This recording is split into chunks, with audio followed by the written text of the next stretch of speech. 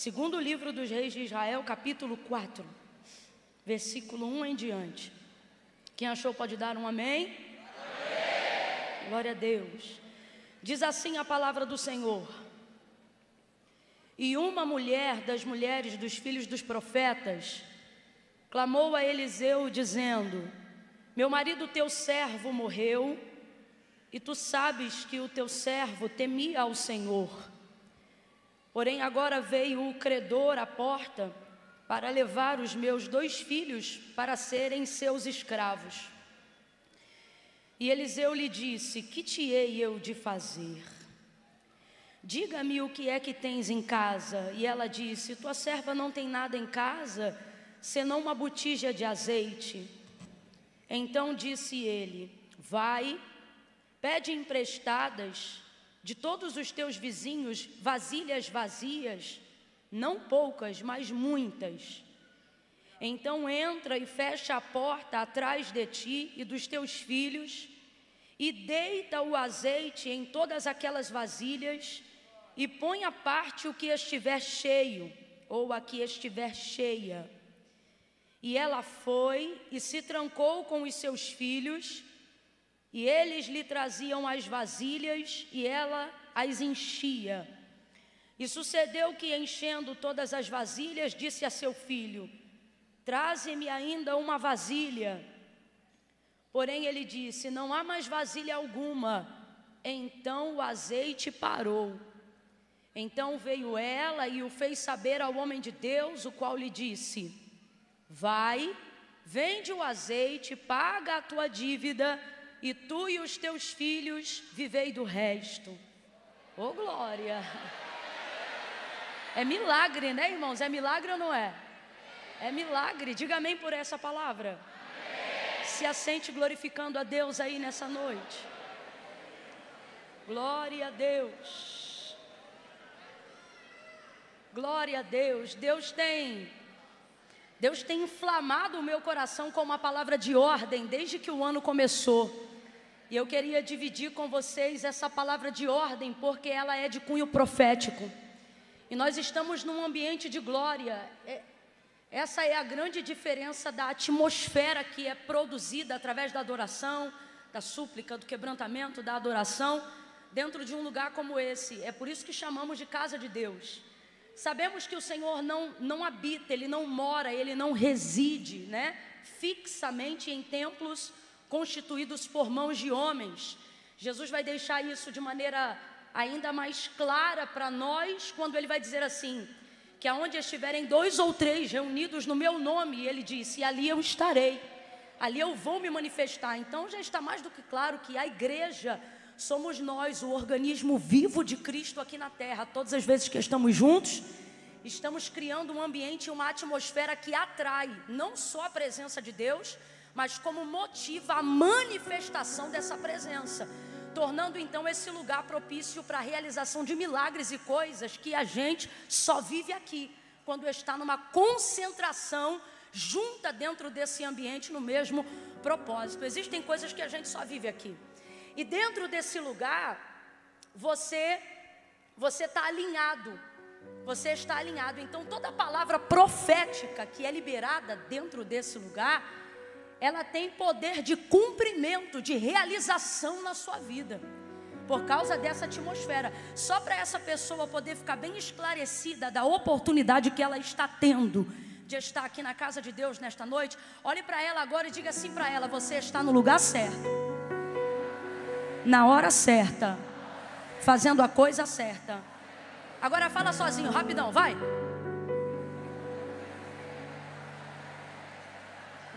Isso aí.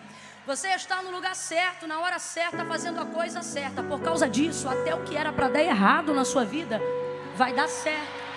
Porque você está num ambiente propício para quê? Para correção de rotas, para manifestação de milagres.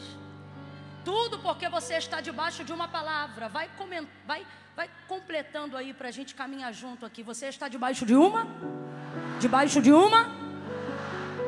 de uma palavra que está sendo liberada numa atmosfera que provoca esse milagre, porque você está no lugar certo, na hora certa, fazendo a coisa certa. Ao ponto, irmãos, que algumas coisas aqui se tornam inevitáveis. Que é isso, Camila? Num ambiente como esse, quem está muito ligadinho recebe. Quem não está tão ligadinho assim, recebe por desdobramento. É sério, é sério. Tamanho é o poder de Deus manifestado na sua palavra, quando nós nos concentramos nessa palavra.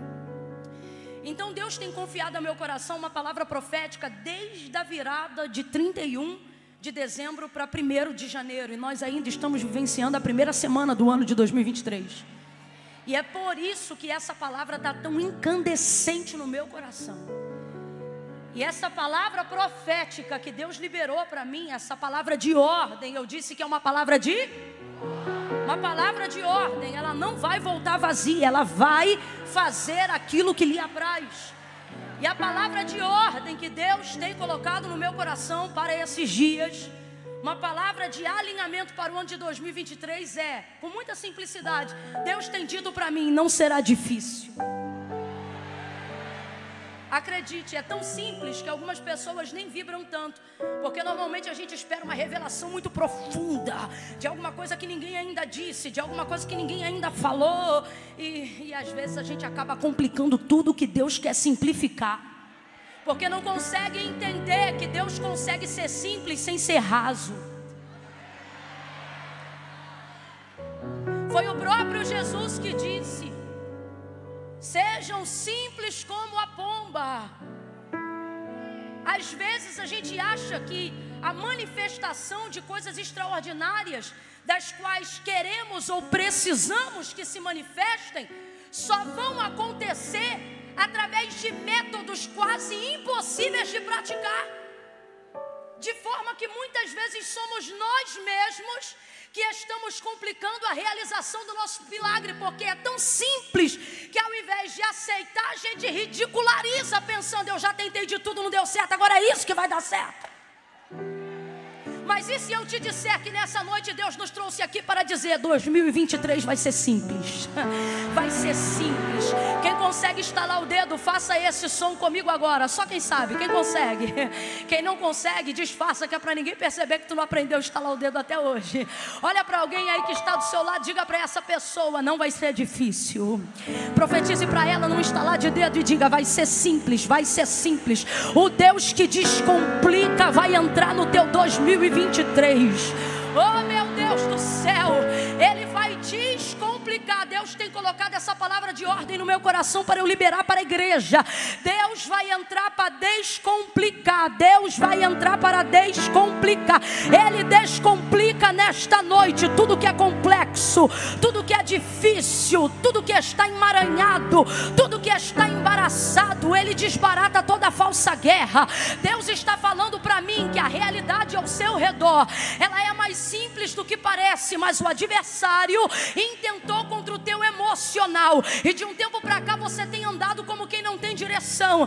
Camila, eu sei que tenho potencial, mas não consigo realizar. Sei que tenho ministério, mas não consigo executar. Sei que tenho grandes ideias, mas não consigo empreender nada. É como se no lugar da tua caixa craniana, é como se no lugar do teu lobo frontal, aonde está o poder que Deus te deu para a tomada de decisões, estivesse coberto por uma nuvem, por uma neblina. É tudo confuso, é tudo difícil. Postar é difícil, aparecer na câmera é difícil, ministrar uma palavra é difícil, fazer uma comida é difícil, receber pessoas em casa é difícil. Deus está falando comigo aqui agora.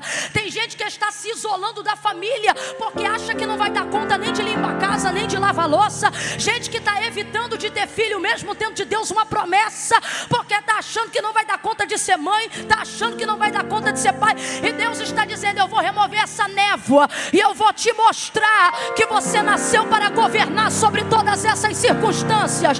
É mais simples do que você imagina. Oh, meu Deus, levanta a mão direita para o céu, irmãos. Tem tanta autoridade de Deus aqui nessa noite. Coloca a esquerda na mesma altura aí, por favor.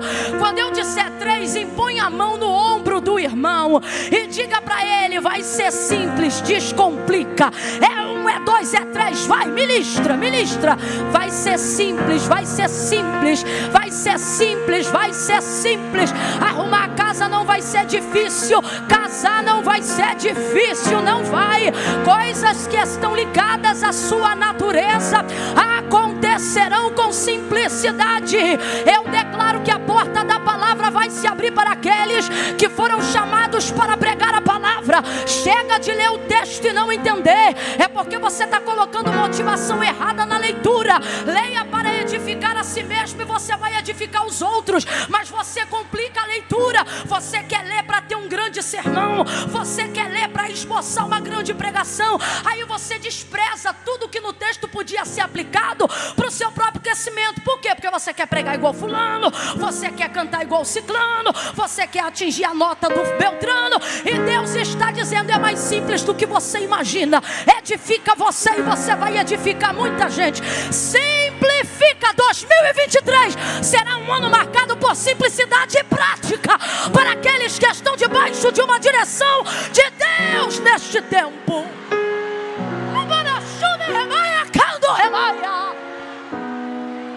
Tem gente aqui que já entrou o início do ano pesado. Pesado, você não conseguiu celebrar. Você não conseguiu celebrar. Até Davi celebrou o final de ano. Ele dizia: coroas o ano com a tua bondade, e os orvalhos destilam azeite de alegria. Até ele entendeu que o fechamento de um ano não significa que muda toda a vida, mas significa o fechamento de um ciclo. Tem gente aqui que não conseguiu celebrar. E não é em razão das circunstâncias adversas que estamos passando, não conseguiu celebrar porque você já entra um ano pesado, pensando assim: eu não vou conseguir de novo. Só que deixa eu te falar, está tudo aqui dentro. Eu estou pregando aqui, irmãos, e Deus está me mostrando, tirando uma nuvem. Não vai ser complicado, vai ser fácil para você.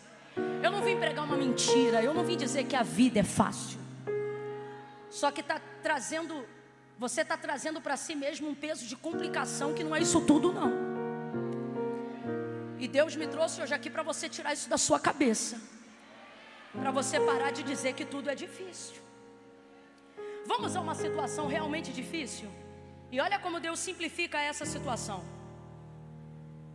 Essa mulher aqui ficou viúva, o marido dela servia a Eliseu e a escola de profetas.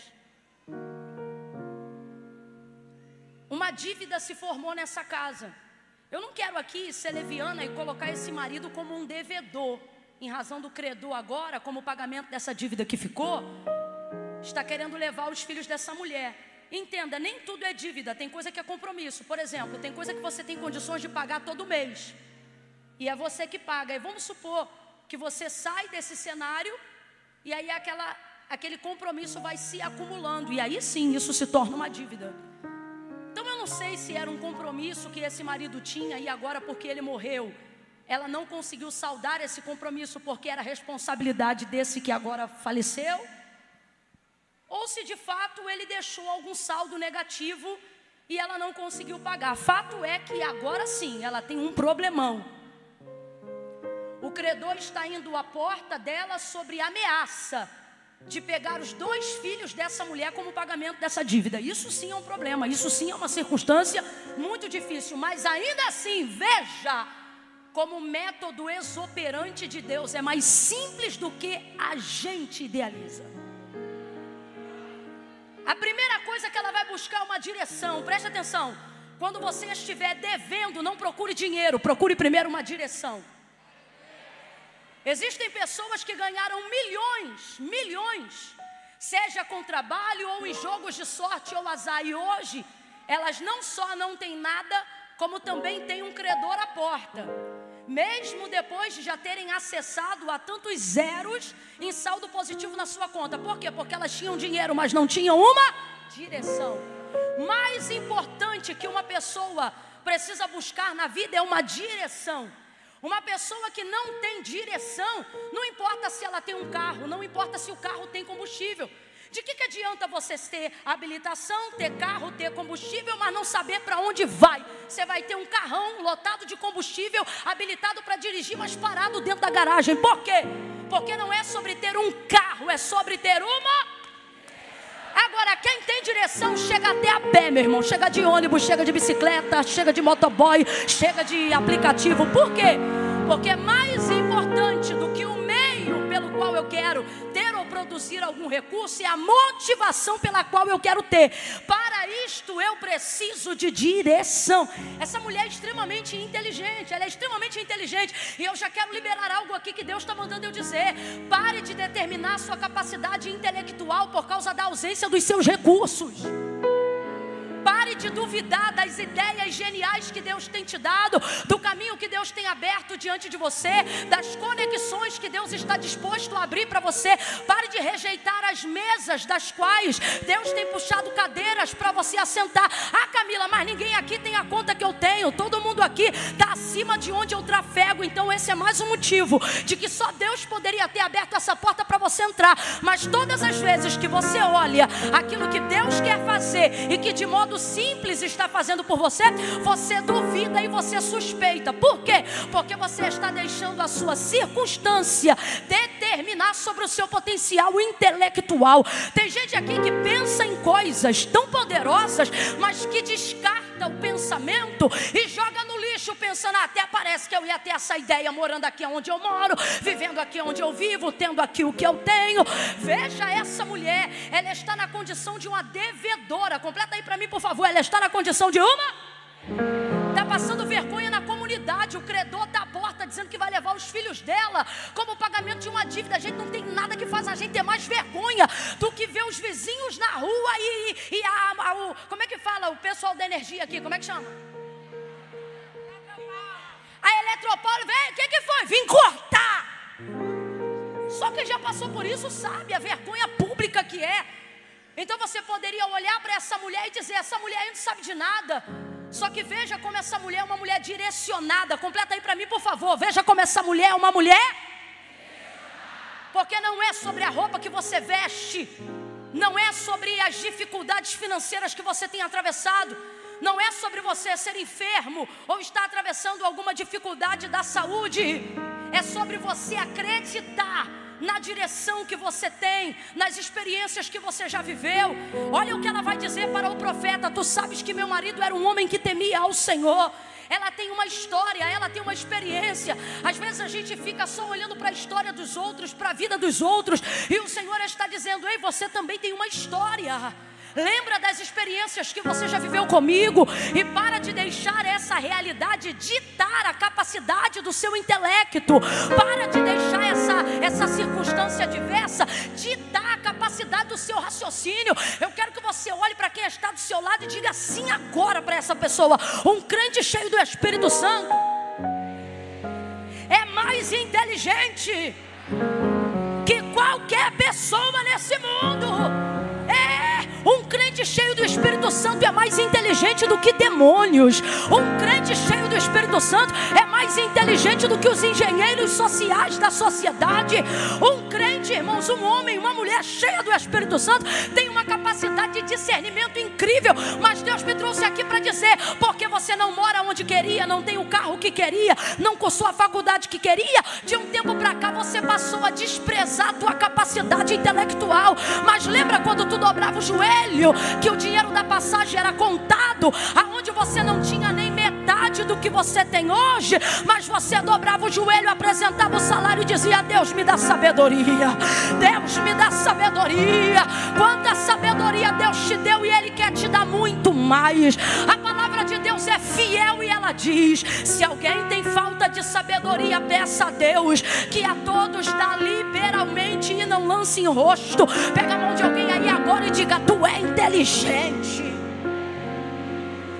O Espírito, você não tem a mente dos seus iguais. Você não tem a mente do fulano e nem precisa ter a minha mente. Você já tem a mente que Deus disponibilizou para a gente acessar. Que mente? A de Cristo. Ele disse: vocês têm a mente de Cristo. Amém. Me mostre alguém mais inteligente que Cristo. Me mostre alguém mais humilde que Cristo. Me mostre alguém mais carismático do que Cristo. Me mostre alguém mais estrategista do que Cristo. Me mostre alguém mais revolucionário que Cristo. Me mostre alguém mais genial que Cristo. Me mostre alguém mais empreendedor do que Cristo. Me mostre alguém mais santo que Cristo, mais espiritual do que Cristo. Ele está dizendo: a minha mente eu compartilho com vocês. Você tem a mente de Cristo.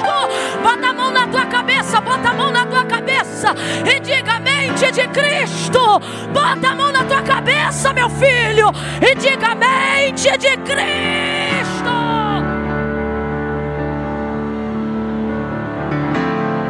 Subordine esses pensamentos desgraçados, esses pensamentos de natureza caída, de que não tem capacidade, de que pare. A partir de hoje você está proibido de dizer: eu sou um burro. Você não é um burro.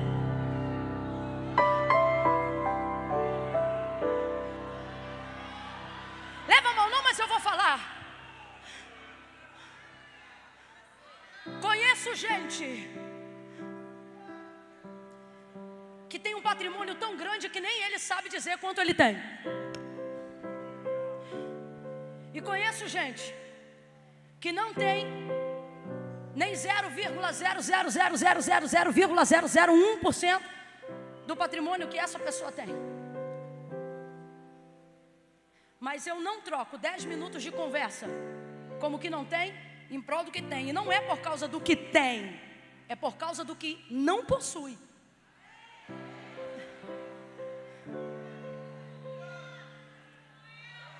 Tem tudo que o dinheiro pode comprar, mas não conseguiu conquistar nada do que o dinheiro não compra. Não tem uma conversa legal, não tem um assunto bacana, não ensina nada novo. Quando abre a boca você não sabe se é um esgoto ou se é uma boca. E eu não estou atribuindo isso às riquezas, não estou atribuindo isso à pessoa. Pelo contrário, é isso que eu quero deixar claro. Não é sobre as circunstâncias ao redor. E você fica aí subestimando sua capacidade por causa da sua realidade. Eu vou repetir essa palavra algumas vezes aqui nessa noite. Você fica subestimando a sua capacidade por causa da sua realidade. Vou falar de novo. Você está aí subestimando a sua capacidade por causa da sua realidade. Essa mulher é uma realidade de vergonha, é uma realidade de dívida, uma realidade de exposição pública, uma mãe que agora está viúva, que precisa dar continuidade ao cuidado de 2 filhos, ao que tudo indica que são de menores e que não podem trabalhar e nem sustentar a casa. Responda para mim, ela tem um problema, sim ou não? Só que veja, ela é uma mulher bem relacionada. Não importa onde você mora, importa com quem você se relaciona. Aprenda a se relacionar com as pessoas corretas. Ela não sabe o que fazer, mas ela tem para quem ir. Eu vou falar de novo. Ela não sabe o que fazer, mas ela tem para quem ir. Ela não sabe o que fazer, mas ela sabe quem procurar. Eu quero glorificar a Deus, porque tem gente que infelizmente, manietado por hostes espirituais da maldade, está agora como se estivesse sem ver, sem ouvir, amarrado dos pés, das mãos, e espiritualmente falando, sem saber o que fazer e sem ter alguém para conversar. Mas eu quero glorificar a Deus, porque nesta noite, aqui neste lugar, e diante de todos aqueles que estão ao alcance dessa voz profética e ao alcance da palavra de Deus, o Senhor está dizendo: quantas vezes você não sabia o que fazer, mas tinha a quem procurar. Você sabia onde ir. Tem gente que vê você saindo de casa num dia de dificuldade e pergunta: vai para onde? Você diz: para a igreja. Mas a gente não tem nada em casa. Pois é, mas é lá que eu busco a direção do que fazer. É lá que eu recebo a direção. Ei, aprenda a se relacionar. Aprenda a ter ter lugares e pessoas com quem você possa conversar sobre coisas que você precisa fazer, mas ainda não sabe como decidir. Agora escute, qual é a realidade? A realidade é que na maioria das vezes, quando nós estamos diante de um problema, diante de uma circunstância difícil, e a gente precisa tomar uma decisão, principalmente se a nossa dificuldade estiver atrelada a dinheiro, principalmente se a nossa dificuldade estiver atrelada à opinião pública, ao que vão dizer, ao que vão pensar, ao invés de procurar alguém para se abrir e para falar, a primeira coisa que a gente faz é se isolar e se esconder. Tem pessoas aqui que deixam de dar o que comer para os filhos para que alguém não saiba que o armário está vazio, para que a assistência social da igreja não abasteça. Você está errado, não faça mais isso, porque Davi disse: fui moço, sou velho e nunca vi um justo desamparado e nem a sua descendência. Aí você diz: Camila, mas o meu problema é dificuldade financeira. Não, teu problema é orgulho. Teu problema é orgulho, porque a Bíblia diz que a verdadeira sabedoria, ela não se insurge contra a comunhão. O que é isso? O Salomão, ele vai dizer que o homem sábio não se isola. Diga comigo: o sábio não se isola. Diga de novo, diga, aprenda isso, diga: o sábio não se isola. Aí a gente muitas vezes se isola porque diz que não tem com quem contar, não tem para quem falar, mas na verdade não é que a gente não tem, é que a gente não quer expor. Não é que a gente não tem, é que a gente não quer ficar constrangido. Não é que a gente não tem, é que a gente tem vergonha. Não é que a gente não tem, é que a gente tem medo de que as pessoas contem para as outras pessoas o que é que a gente está passando. Mas o Senhor te trouxe aqui nessa noite e Ele está dizendo: eu não te permiti amigos à toa. Eu não te coloquei num lugar, seja numa comunidade de fé ou num ambiente de família, para viver sozinho. Então pare de deixar a vergonha tomar conta da tua vida. Pare de deixar a tua sabedoria ser diminuída por causa do isolamento. Olha o que essa mulher vai fazer, meu irmão. Ela vai procurar Eliseu. Vai procurar Eliseu. Não sabe o que fazer, mas sabe para onde ir. Isso é uma chave, meu irmão. Daqui, amigos e companheiros de ministério, irmãos, quantas vezes a gente se assentou em uma mesa com alguém e uma coisa que era complicada pra gente, alguém foi lá e liberou uma palavra que desanuviou tudo. Uma palavra, uma solução, uma conversa, um desabafo. Quantas vezes eu já tive a oportunidade de liberar uma palavra assim, conversando, às vezes depois do culto com alguém, daqui a pouco a pessoa toma a chorar e daqui a pouco ela confessa: eu comprei uma arma hoje. Eu já vivi isso, eu ia dar cabo na minha vida hoje, mas por causa disso aí que eu ouvi agora, acabou. Aí você fica se subestimando, subestima a sua capacidade, seu potencial por causa da sua realidade, e subestima seus relacionamentos por causa do seu orgulho.